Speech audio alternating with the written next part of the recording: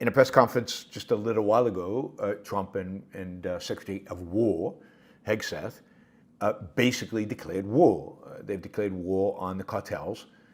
Not the cartels in Mexico, for some reason, even though if fentanyl is the thing that is killing Americans, it's not cocaine, it's not really heroin.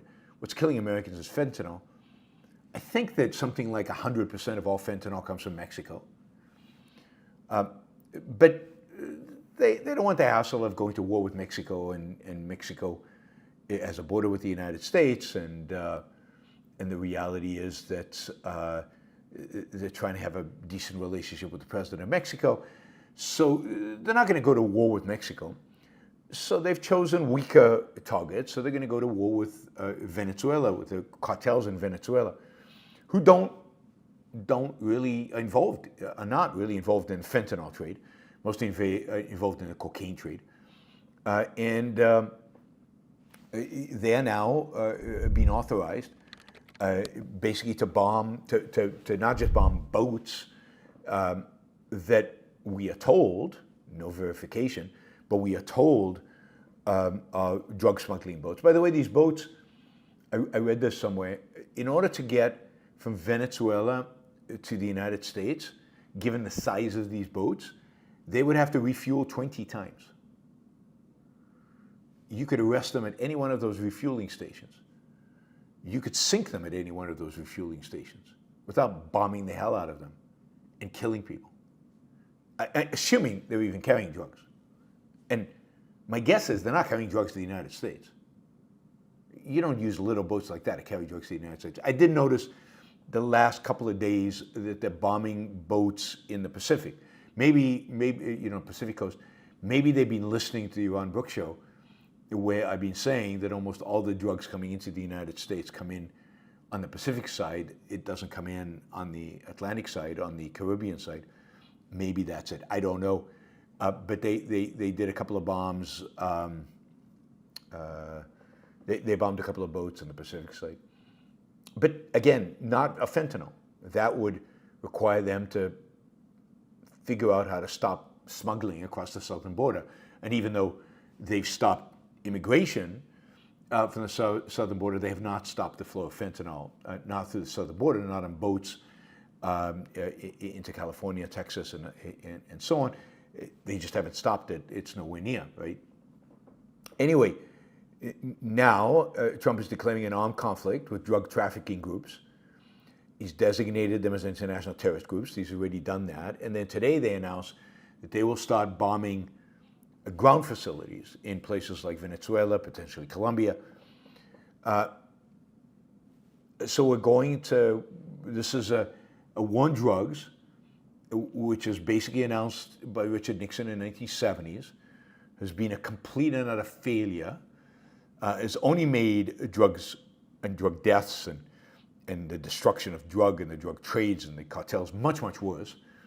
We're doubling up on it. We're doing more. When, of course, the solution to the problem of drugs, the way to get rid of fentanyl is to make cocaine and heroin legal. If cocaine and heroin were legal, nobody would buy fentanyl.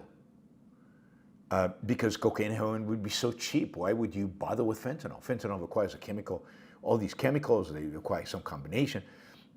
Cocaine and heroin are easy to grow.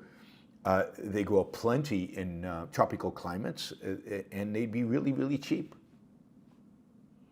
And you could save a lot of money from new wars.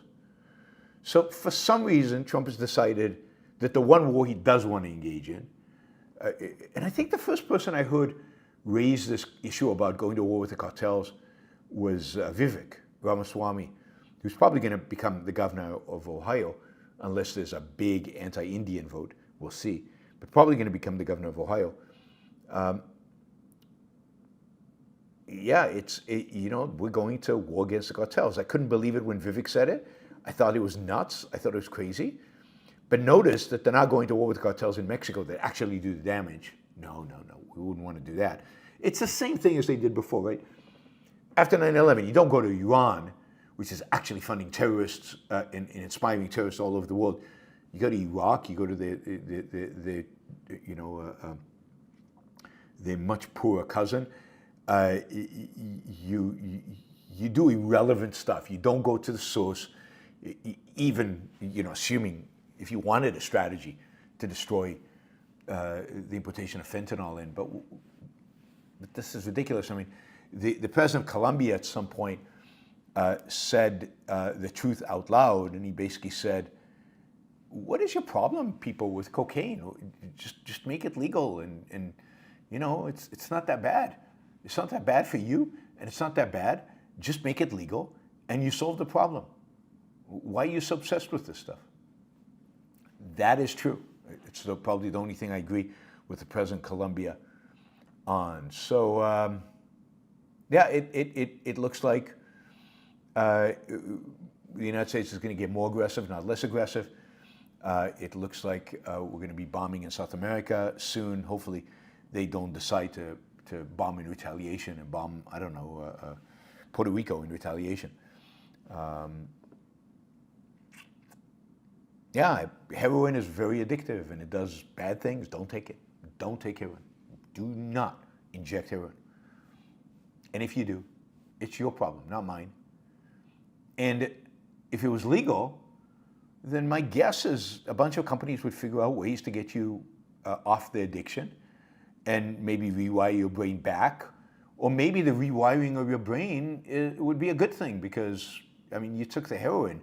Your brain might not be functioning that well to begin with. Maybe it needs rewiring. Maybe the heroin will do you good. I don't know.